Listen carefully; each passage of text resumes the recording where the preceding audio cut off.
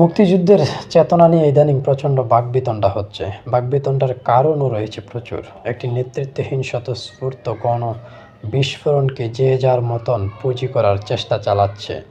এই সশস্ত্র গণবিস্ফোরণটি যে মুক্তিযুদ্ধের রূপ নেবে সে ধারণা আওয়ামী লীগ নেতৃত্বসহ অনেকেরই ছিল না। 25শে মার্চ রাতে পাক হানাদার বাহিনীও ওই রকম বর্বর হামলা পরিচালনা করবে তেমন ধারণাও আওয়ামী লীগ নেতৃত্বের মধ্যে ছিল না। আওয়ামী লীগ নেতৃত্বের কোনো ধরনের প্রস্তুতিই ছিল না। তাদের মনে ছিল কেবল ক্ষমতা দখলের রঙিন স্বপ্ন ও প্রত্যাশা।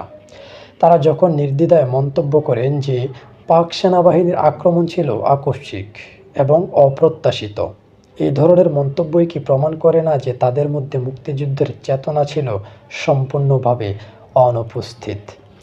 আওয়ামী লীগের বেশ উচ্চস্থানীয় নেতৃবৃন্দের মন্তব্য পর্যালোচনা করে দেখলেই ঘটনার সত্যতা বেরিয়ে আসবে। মুক্তিযুদ্ধ চলাকালীন এবং যুদ্ধোত্তরকালে আওয়ামী লীগ নেতৃবৃন্দের অনেকের সঙ্গেই আমার কথাবার্তা হয়েছে। 25শে মার্চ রাতের কথা স্মরণ করে অধিকাংশ নেতৃবৃন্দই শিহরে উঠে জবাব দিয়েছেন যে তাদের কল্পনায়ও ছিল না পাকিস্তান আলোচনার পথ ত্যাগ করে আক্রমণ করবে। অনেকে মার্শাল ল জারি হতে পারে পর্যন্ত ধারণা করেছিলেন। তবে আওয়ামী লীগের অধিকাংশ নেতৃবৃন্দের ভাষায় তারা কল্পনাও করতে পারেননি পাকিস্তান সেনাবাহিনী অমন বর্বরভাবে আক্রমণ করবে।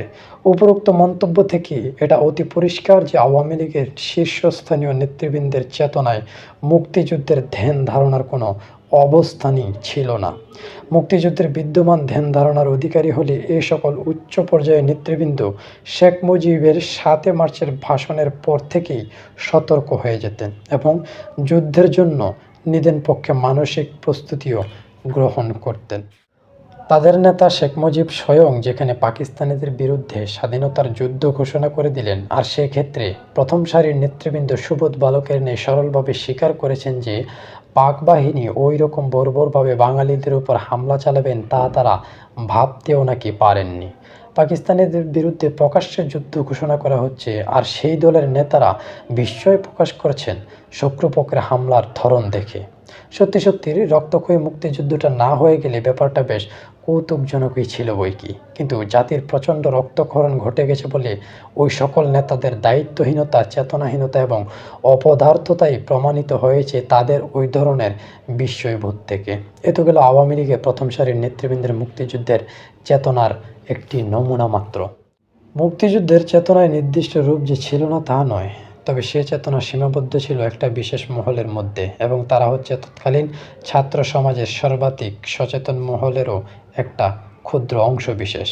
বিশেষ করে বাংলাদেশ ছাত্রলীগের সেই অংশটি যার নেতৃত্বে ছিলেন ছাত্রনেতা সিরাজুল আলম খান, আব্দুর রাজাক, কাজী আরিফ প্রমুখ। অরক্ষিত স্বাধীনতায় পরাধীনতা, পৃষ্ঠা নং 31, 32, 33। বইটি লিখেছেন 9 নং সেক্টর কমান্ডারের অধিনায়ক এম এ জলিল।